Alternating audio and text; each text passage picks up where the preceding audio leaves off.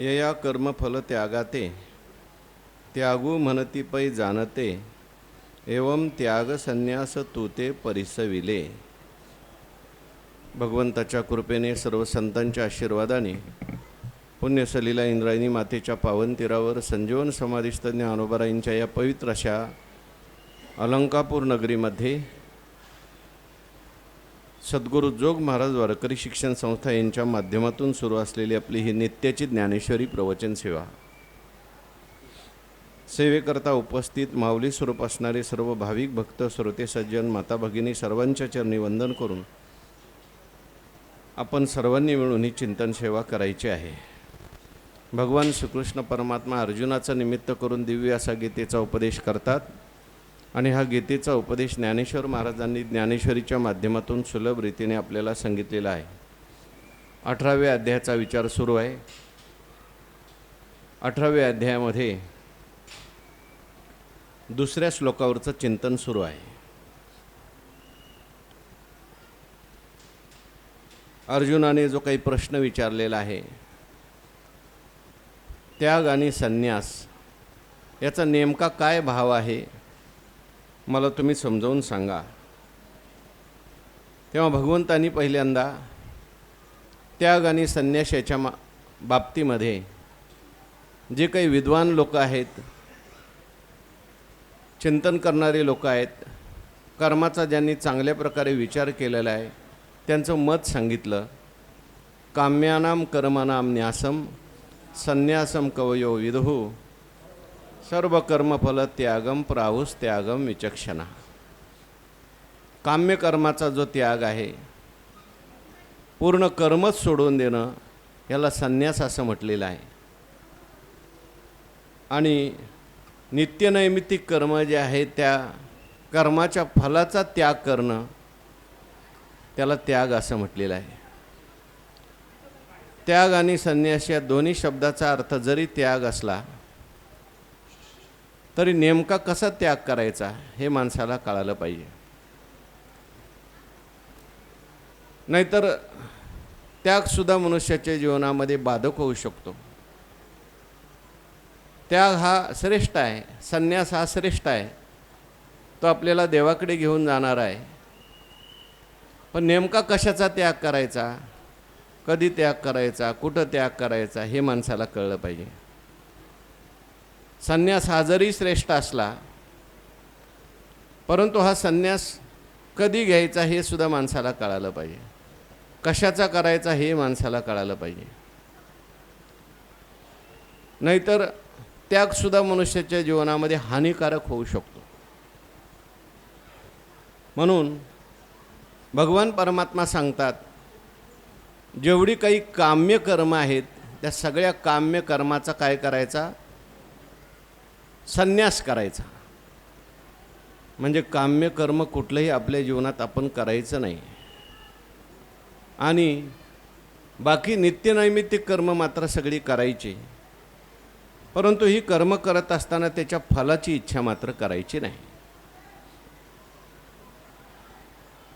त्याला त्याग असं म्हटलं. यया कर्मफल त्यागाते त्यागू म्हणती पै जाणते. कर्मफळाच्या त्यागालाच त्याग जाणते लोक असं म्हणतात. गीतेने आपल्याला कर्माचा त्याग सांगितला नाही तर कर्मफलाचा त्याग सांगितला आहे. कर्मण्येवाधिकारस्ते मा फलेषु कदाचन मा कर्मफल हेतुर्भू माते संगोस्तो कर्मणी. मनोनी फळी लागू सांडोनी देह संगू कर्मे करावा हा चांगो निरोप माझा. कर्माचा त्याग नाही, कर्मातील त्याग.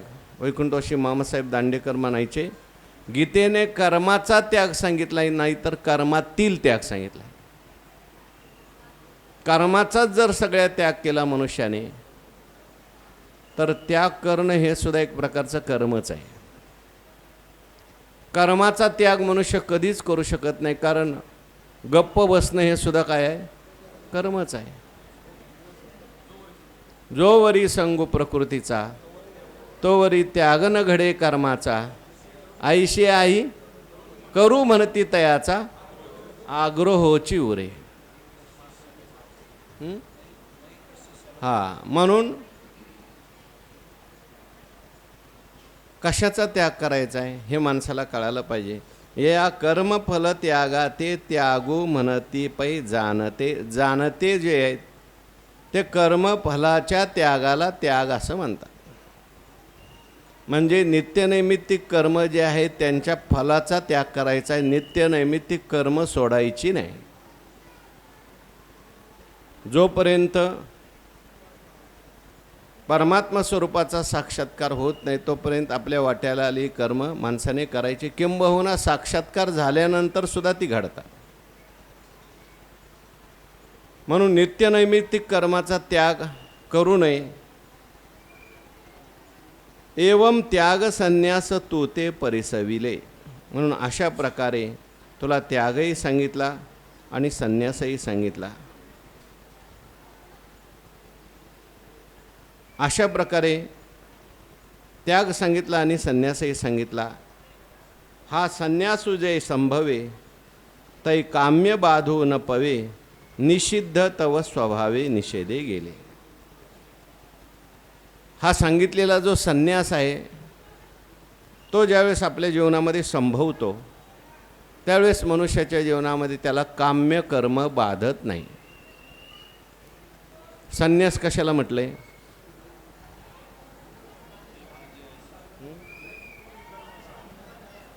काम्य कर्माचा मुळासकट त्याग करणं याला काय म्हटलेलं आहे? संन्यास म्हटले. हा संन्यासू जे संभवे ते काम्य बाधू न पवे. कर्म जे मनुष्याला बांधतं ते कर्तृत्व अहंकार आणि फलासक्तीने बांधतं. आपण पाहून आलो काम्य कर्म जे आहेत ती काम्य कर्म जे आहेत ती माणसाला बांधतात फळाबरोबर. कारण मनात कामना ठेवून ते कर्म केलेलं असतं. कोणतंही कर्म असू दे, मला स्वर्गाला जायचंय म्हणून यज्ञ केला. यज्ञ करत असताना मनात भावना कशाची आहे? स्वर्गाची आहे. घडल्यानंतर सुद्धा मला स्वर्ग मिळेल अशी इच्छा असते. आणि मग ते कर्म केलं, घडून गेलं, त्या कर्माने आपल्याला बांधून ठेवलं. आता मेल्यानंतर ते कर्म कुठं घेऊन जाणार? स्वर्गाला घेऊन जाणार. म्हणजे जर व्यवस्थित केलं असेल तर बांधलं त्याने आपल्याला. कोणतंही काम्य कर्म असू द्या. काम्य कर्मामध्ये आपण पाहिली होती अनेक कर्म सांगितलेले आहेत. ती काम्य कर्म करत असताना कामना मनात ठेवूनच केलेली जातात. मला मान मिळाला पाहिजे, मला धन मिळालं पाहिजे, मला मुलगा झाला पाहिजे. ही नित्यनैमित्तिक कर्म करताना सुद्धा त्या त्या इच्छेने केली. आणि मग फळाबरोबर बांधलं जातं. आणि मग पुढे नाही म्हटलं तरी सुद्धा मी आता तुला फल देणार. आपण उदाहरण पाहिलं होतं कुंतीला तर मंत्र जपल्याबरोबर त्या ठिकाणी तो पुत्र प्राप्त झाला. म्हणजे काम्यकर्मामध्ये हे सामर्थ्य आहे. तिथे विचार सांगितला. गुळ नेनता गोडी घातला देची गोडी. आगी मानवनी राखोंडी चेपिला पोळी. काम्यकर्मी हे एक सामर्थ्य अति स्वाभाविक. म्हणून नको कौतुक मुमुक्षू येत. काम्यकर्म जे असतात त्याच्यात सामर्थ्य असतं.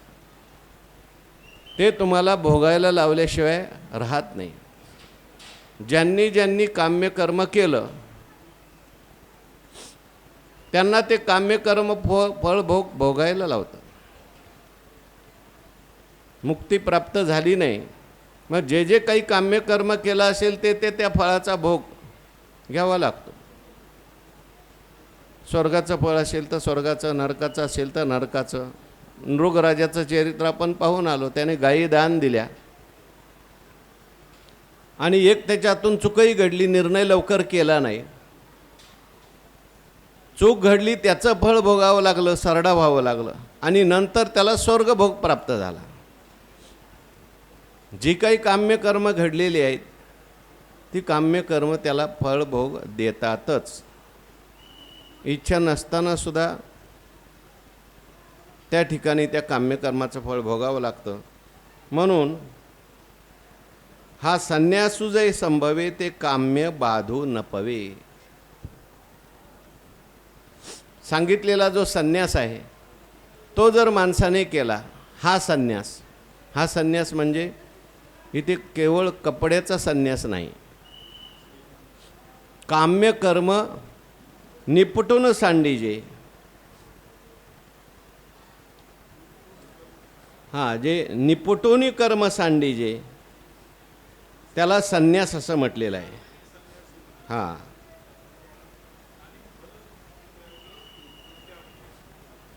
जे निपटून कर्म सांडीजे ते सांडणे संन्यासू म्हणेजे.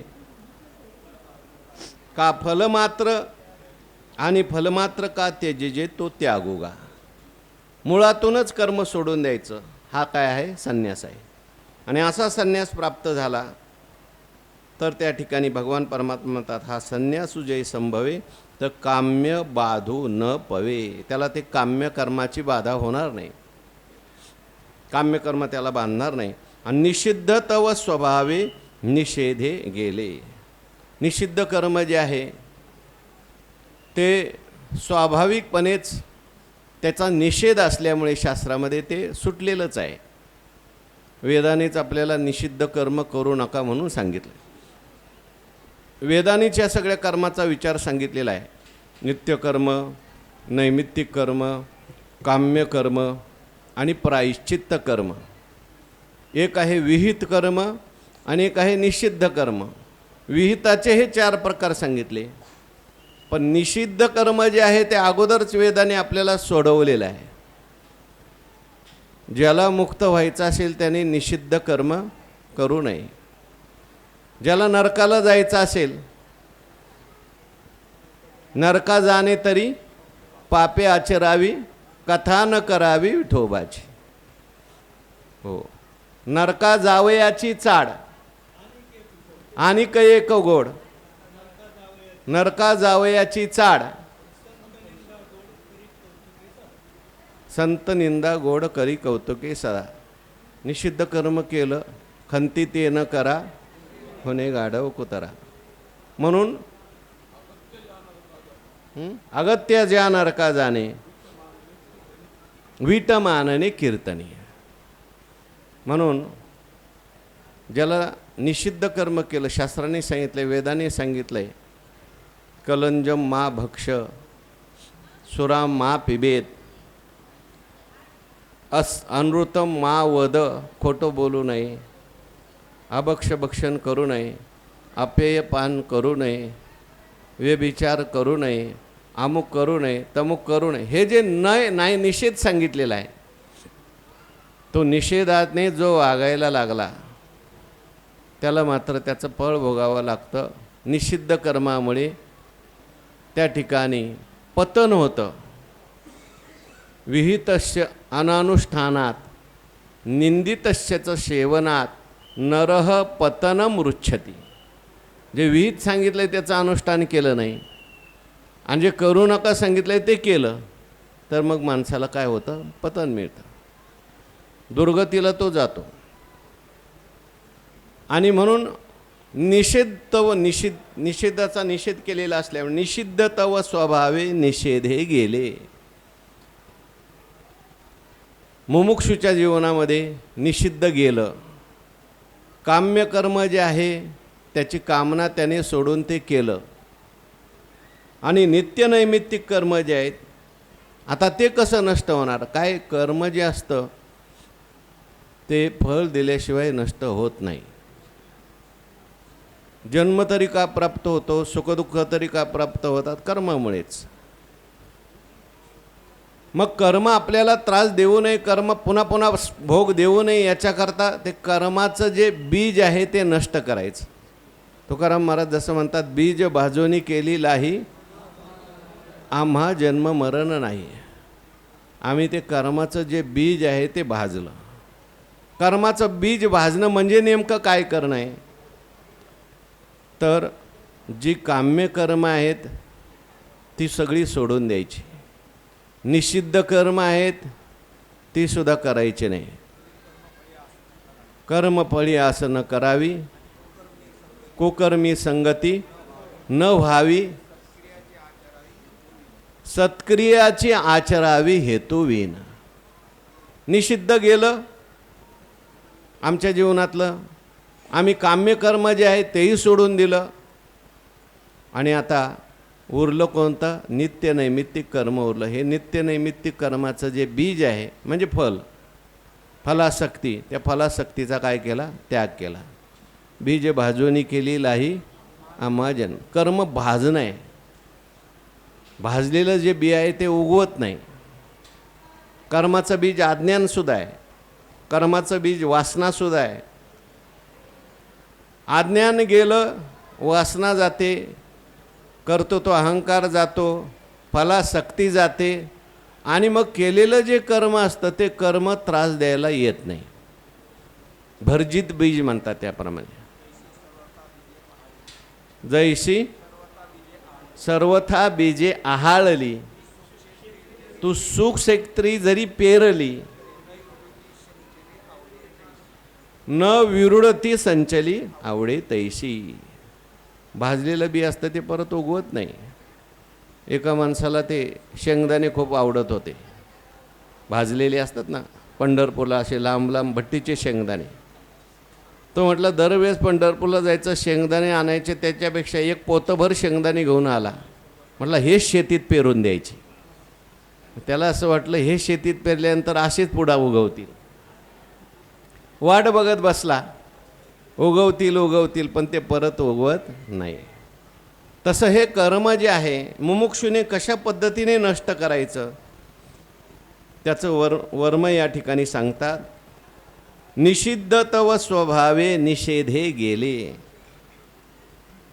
आणि नित्याधिक जे असे ते येणे फलत्यागे नासे. नित्याधिक कर्म आहे म्हणजे नित्य कर्म आहे, नैमित्तिक कर्म आहे. अशा प्रकारे जर फलत्याग केला तर फलत्यागाने ते काय होतं? नष्ट होतं. म्हणजे ते भोग देण्याकरता त्या कर्त्याकडे जात नाही. फलाची आसक्ती सोडल्यामुळे करायचं कर्म, नित्यकर्म जे आहे, काय काय सांगितलं होतं नित्यकर्म काल? नित्यकर्म कशाला म्हणतात? स्नान आहे, देवपूजा आहे, अतिथी पूजन आहे, 5 यज्ञ सांगितले होते. ब्रह्मयज्ञ, पितृयज्ञ, देवयज्ञ, भूतयज्ञ आणि मनुष्ययज्ञ. पण हे सगळे करत असताना हे सकामसुद्धा करता येतात आणि निष्काम करता येतात. ब्रह्मयज्ञ करायचा आहे म्हणजे अध्ययन आणि अध्यापन, याला ब्रह्मयज्ञ म्हणतात. वेदाचं अध्ययन असेल, पुराणाचं असेल, शास्त्राचं असेल, ज्ञानेश्वरी असेल, ज्ञानेश्वरीचं अध्ययन करायचं आहे, पण ते निष्काम करायचं आहे. हां, ज्ञानेश्वरीतून मला काय मिळालं पाहिजे असं म्हणून जर ज्ञानेश्वरी शिकला, ज्ञानेश्वरीचं अध्ययन केलं, ज्ञानेश्वरी सांगितली, तर मग तो फळाबरोबर बांधला. त्या कीर्तन करायचं आहे, प्रवचन करायचं आहे, परंतु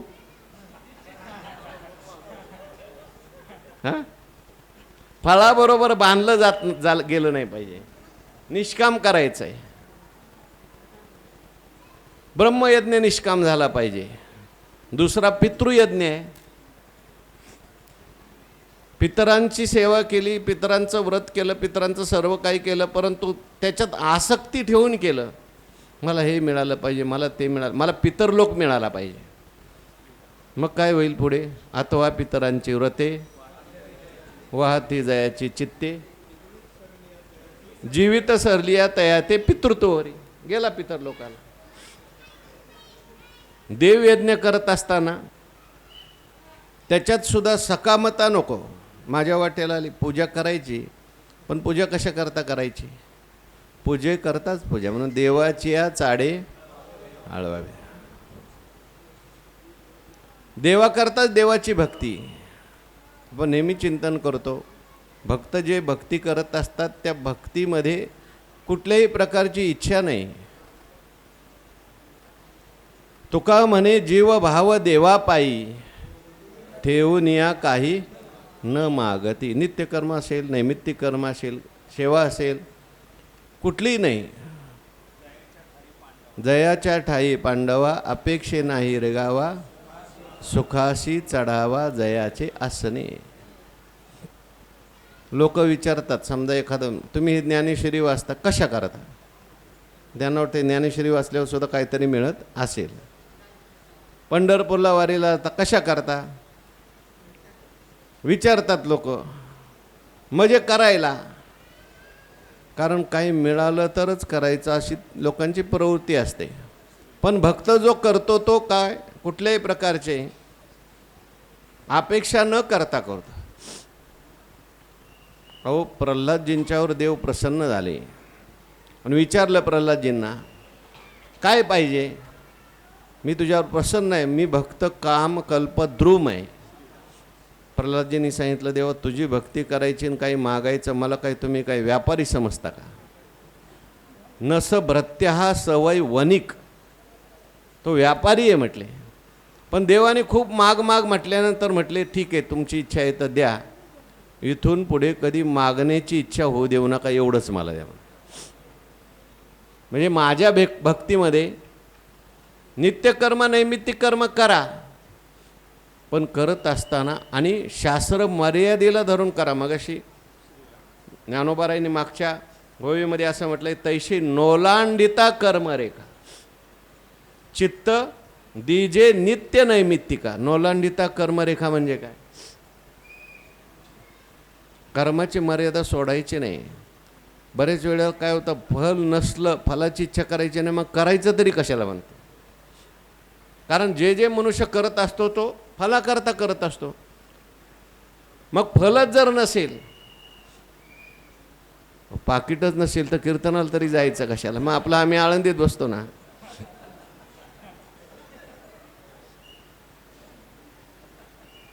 फलच जर दिसत नसेल तर त्या ठिकाणी भजन कीर्तन अशी, कारण त्याच्यात सुद्धा काय झालेलं आहे तर फलाची इच्छा निर्माण होत. करत राहायचं, फल मिळणारच आहे. देवपूजा केली, नामस्मरण केलं, आपण काल पाहिलं नित्य नैमित्तिक कर्माला सुद्धा काय सांगितलं आहे, फळ सांगितलेलं आहे. काय फळ मिळतं, काय फळ मिळतं, काल नित्य नैमित्तिक कर्माला फळ सांगितलं. प्रत्यवाय तव गळे स्वाधिकार बहुवे उजळे ते तर हातो फळिया मिळे सद्गतीश. फार मोठं फळ आहे, पण एवढं मोठं फळ सोडून छोट्या फळाच्या मागे आपण लागतो. ते मिळेल फळ, पण मग देव नाही मिळणार. ज्ञानेश्वर महाराजांनी परमात्म्याचं दर्शन केलं, तो मज व्हावा, तो मज व्हावा. आणि म्हणून आजही संसार सुफळ.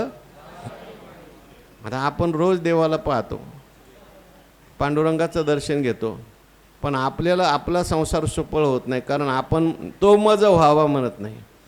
मुलगा मज व्हावा, पैसा मज व्हावा, आणखीन काय काय व्हावं, मग ते मिळेल. परंतु काय होणार नाही, सुफळ होणार नाही संसार सुफळ. म्हणून नित्याधिक जे असे ते येणे फल त्यागे नासे. नित्यकर्म नैमित्तिक कर्म जे आहे फलत्याग केला नष्ट होतं. म्हणजे ते कर्त्याला सुखदुःखाचा भोग द्यायला परत येत नाही. शिर लोटलिया जैसे एर अंग. जसं एखाद्या मनुष्याचं मस्तक जे आहे, शिर लोटलिया जैसे,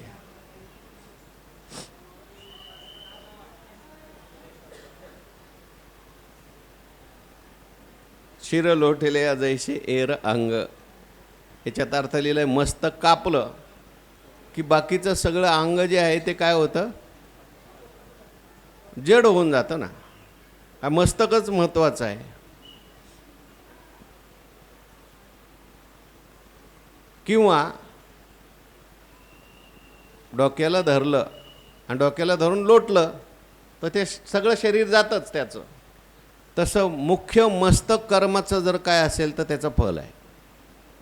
आणि ते फलच सोडलं तर ते कर्म जे आहे ते आपल्याला फल द्यायला येत नाही. म्हणून शिर लोटलिया जैसे एर अंग, मग सस्य फल पाकात, तैसे निमालिया कर्म जात, आत्मज्ञान गेवसीत आपैसे ये.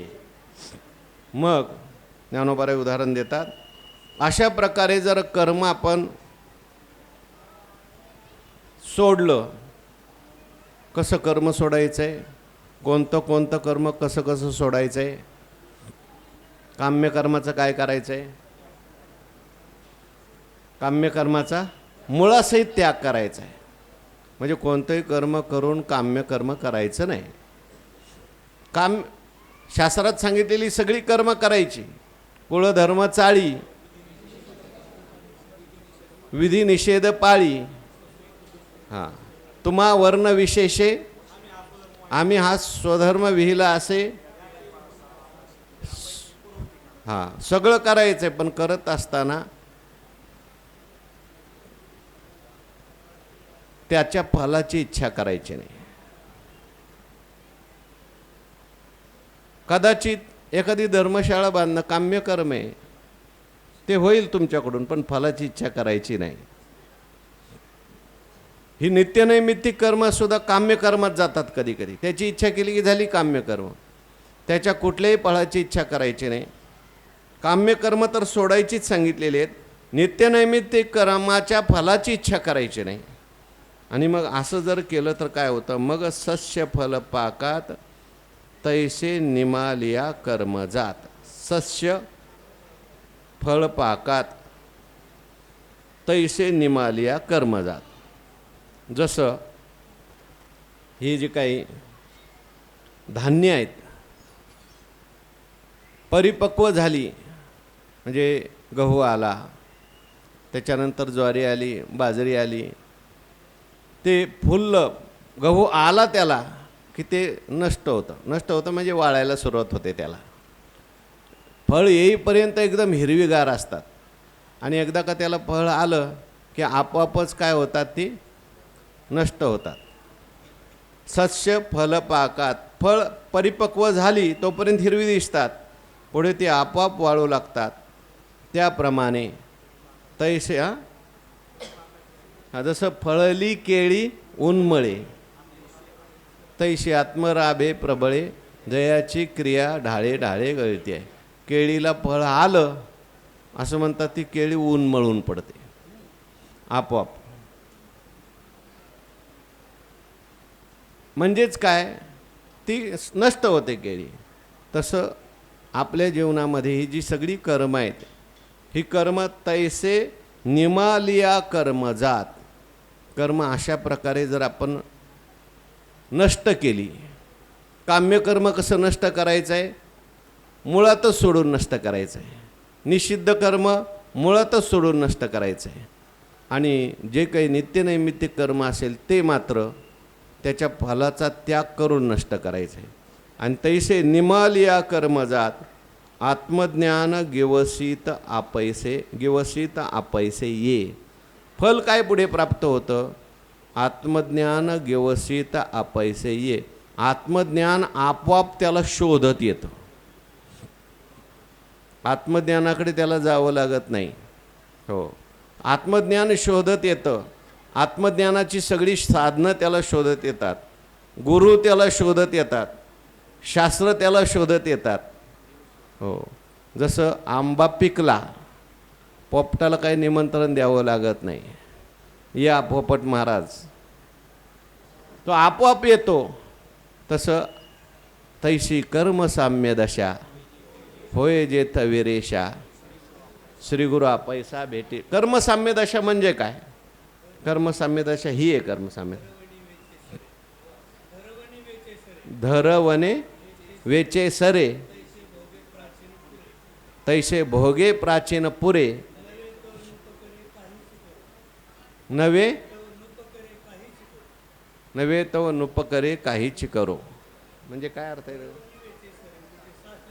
हां संपलं. हां,